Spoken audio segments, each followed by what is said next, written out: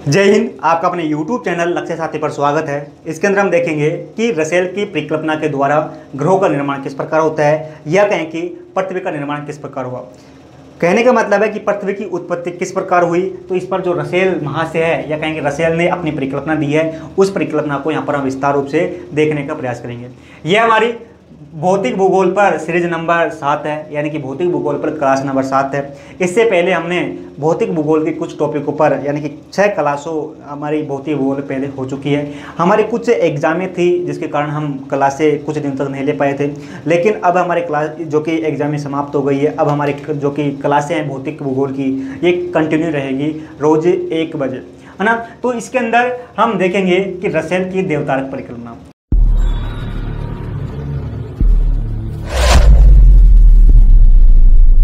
तो जो हमारे भूगोल वेता थे या कहें कि जो भूगोल वेता थे, इन्होंने क्या किया, इन्होंने जो कि हमारे जो ग्रह है या कहें कि पृथ्वी है, इन पृथ्वी की उत्पत्ति संबंधित 2 परिकल्पनाओं में बांट दिया। यानी कि अनेक प्रकार के जो कि कहें कि परिकल्पना देने वाले भूगोल वेता है ना, भूगोल वेता है। अब भूगोल अलग अलग भूगोल वेताओं ने अलग अलग परिकल्पना दी। तो जो सूर्य के आधार पर कि एक सूर्य से ग्रहों का निर्माण हुआ, उसको एक तारा परिकल्पना कह दिया गया। 2 सूर्यों से मिलकर ग्रहों का उत्पन्न 2 सूर्यों से मिलकर ग्रहों का निर्माण हुआ, उसको द्वितारक परिकल्पना कह दिया गया, है ना। तो जो ये रसेल जो महाशय है, इस रसेल महाशय ने भी द्वितारक परिकल्पना की है। यानी कि रसेल की जो परिकल्पना है, इसके अंदर 2 तारों से जो कि कहें कि ग्रहों का निर्माण होता है या कहें कि पृथ्वी का निर्माण होता है। क्योंकि पृथ्वी ग्रह एक ही बात है, क्योंकि यदि पृथ्वी का निर्माण होगा तो उसी प्रकार ग्रहों का निर्माण हुआ होगा, क्योंकि पृथ्वी भी एक ग्रह ही है। तो देखें कि जो कि ये है ना, रसेल जो महाशय हैं, ये बोलते हैं कि प्राचीन समय से, अनादिकाल से, लंबे समय से, यानी कि बहुत पहले समय से, बहुत प्राचीन समय से जो हमारा ब्रह्मांड है, इस ब्रह्मांड के अंदर सूर्य मौजूद था। बहुत प्राचीन समय से, अनादिकाल से, लंबे समय से जो हमारा ब्रह्मांड है, इस ब्रह्मांड के अंदर ये सूर्य मौजूद था। सूर्य मौजूद था। अब सूर्य मौजूद था, अब सूर्य के साथ एक इसका साथी तारा भी मौजूद था। सूर्य ये है, अब सूर्य का एक साथी तारा ये मौजूद था। तारा उसे कहा जाता है जिसके अंदर अपना खुद का प्रकाश हो, है ना, जो अपने आप में कहें कि उसके अंदर उष्मा हो, तो उसको सामान्य रूप में हम जो कि तारा कहते हैं। तो सूर्य भी एक तारा ही है ना। अब सूर्य का एक साथी तारा था, साथी तारा था, ऐसा रसेल ने कहा। अब जो ये साथी तारा था ना, ये साथी तारा था, ये साथी तारा सूर्य के चारों ओर परिक्रमा कर रहा था। जो ये साथी तारा था, ये साथी तारा सूर्य के चारों ओर परिक्रमा कर रहा था, सूर्य के साथ परिक्रमा कर रहा था। लेकिन अब क्या हुआ कि एक बहुत बड़ा विशाल आकार का बहुत बड़ा एक तारा कहीं दूर से चलकर आता है। एक बहुत बड़ा विशालकाय तारा बहुत दूर से चलकर आता है। अब जो ये तारा था, ये बहुत दूर से चलकर आ रहा है। अब ये तारा इतना बड़ा है, इसका गुरुत्वाकर्षण बल इतना बड़ा है, यानी कि बहुत अधिक इसके अंदर गुरुत्वाकर्षण बल इस तारे में था। यानी कि विशालकाय तारा, साथी तारा अलग है, विशालकाय तारा कहीं दूर से आ रहा है और ये इतना बड़ा है, इसका गुरुत्वाकर्षण बल भी बहुत अधिक था, बहुत अधिक गुरुत्वाकर्षण बल था। अब ये जो साथी तारा था, साथी तारा एक इस दिशा में गति कर रहा था, है ना, सूर्य के परिक्रमा कर रहा था। अब जो ये विशालकाय तारा आता है, ये विशालकाय इस साथी तारा के विपरीत, यानी कि जिस दिशा में साथी तारा परिक्रमा कर रहा था, ये उस दिशा में नहीं चलता है, बल्कि विपरीत दिशा में। इधर जा रहा है साथी तारा, इधर से आ रहा है ये विशाल तारा, है ना। इधर जा रहा है साथी तारा और इधर से आ रहा है ये विशाल तारा। तो विपरीत दिशा में परिक्रमा करने लग गए। है वैज्ञानिक के अनुसार जो ये तारा, कौन सा, ये वाला तारा, बड़ा विशालकाय तारा, और ये साथी तारा था। इस तारे और इस तारे, इन दोनों के मध्य की दूरी इसने बताया लगभग 48 लाख से लेकर 64 लाख किलोमीटर की दूरी इसने अनुमानित किया। क्योंकि भाई इतनी दूरी नापा तो नहीं जा सकता, ये अनुमान लगा सकता है। इसने अनुमान लगाया रसेल ने कि भाई इस विशालकाय तारे और इस साथी तारे के अंदर जो कि दूरी थी लगभग 48 लाख से लेकर 64 लाख, इस 48 लाख से लेकर 64 लाख इसके बीच की दूरी थी।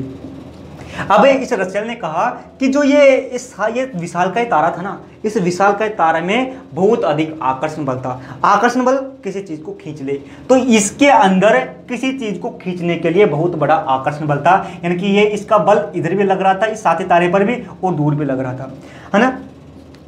जिसके कारण अब जो ये विशालकाय तारा है, विशालकाय तारा जैसे ही आता है, विशालकाय तारा इधर से आ रहा है, तो धीरे धीरे जो ये विशालकाय तारा इस साथे तारे पर अपना बल लगाता है, अपना गुरुत्वाकर्षण बल लगाता है, अपना आकर्षण बल लगाता है।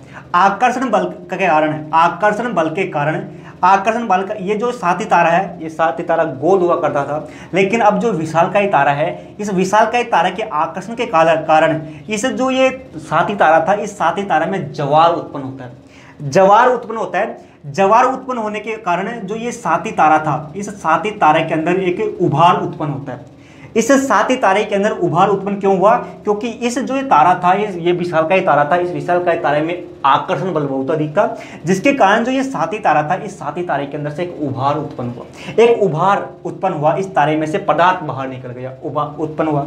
अब उभार उत्पन्न हो गया, अब जैसे ये साथी तारा इधर था तो इसने उभार उत्पन्न कर दिया, जैसे ये पास आता है तो इस पर गुरुत्वाकर्षण बल या कहें कि आकर्षण बल अधिक लगता है। जैसे ही आकर्षण बल अधिक लगता है तो जो ये उभार उत्पन्न हुआ था इस साथी तारे में से, ये साथी तारे में से उभार जो कि टूटकर अलग होता है, टूटकर अलग होता है, टूटकर अलग होकर ये आगे चले जाता है। टूटकर अलग हो गया क्योंकि ये पास आ गया, इसका गुरुत्वाकर्षण अधिक बल लगा, इसलिए ये टूट गया। टूटने के बाद में साथी तारा आने के कारण जो विशालकाय तारा जैसे ही आया साथी तारे के पास में, तो इसके अंदर उभार उत्पन्न हुआ। जैसे ये बड़ा विशालकाय तारा इस साथी तारे के बाद आता है तो इससे जो उभार उत्पन्न होता है ये टूटकर अलग हो जाता है। अलग होने के बाद में इस रसेल ने कहा कि जो टूटा हुआ पदार्थ था, ये टूटा हुआ पदार्थ जो ये तारा था, इस तारे की दिशा में गति करने लग जाता है, या कहेंगे तारे की दिशा में जो कि परिक्रमण करने लग जाता है, तारे की दिशा में गति करने लग जाता है। गति करने के बाद में अब ये धीरे धीरे ये बड़ा विशालकाय तारा कहीं चला जाता है, या कहें कि यह विद्यमान रहता है, इसका रसेल को कोई अंदाज़ा नहीं है। लेकिन धीरे धीरे जो ये पदार्थ टूटा था, धीरे धीरे जो इस साथी तारे से निकलकर जो ये उभार उत्पन्न हुआ, उभार उत्पन्न होने के बाद में जो इस पदार्थ निकला था, इस पदार्थ से जो कि ग्रहों का निर्माण हुआ, ग्रहों का निर्माण, जो इस पदार्थ से ग्रहों का निर्माण, ऐसा रसेल मानता है। रसेल का मानना है कि जो उभार उत्पन्न हुआ, उभार उत्पन्न होने के बाद में इस उभार से ग्रहों का निर्माण हुआ। इसी के साथ इस रसेल का कहना है कि जो ये उभार से जो ग्रह बने, ये ग्रह जो बने, ये ग्रह पास पास थे। रसेल का कहना है कि उभार से जो ग्रहों का निर्माण हुआ, ये ग्रह आरंभ में पास पास थे। आरंभ में पास पास होने के कारण इन ग्रहों के अंदर जो आपसी आकर्षण के कारण, जो इन ग्रहों के अंदर पास पास होने के कारण, आकर्षण बल के कारण जो कि उपग्रहों का निर्माण हुआ, ऐसा रसेल का मानना है। इसी के साथ इसका कुछ मूल्यांकन किया गया है, या कहें कि जो रसेल ने अपना सिद्धांत दिया, या कहें कि रसेल ने अपनी जो अपना परिकल्पना दी, इसके अंदर कुछ कमियां हैं।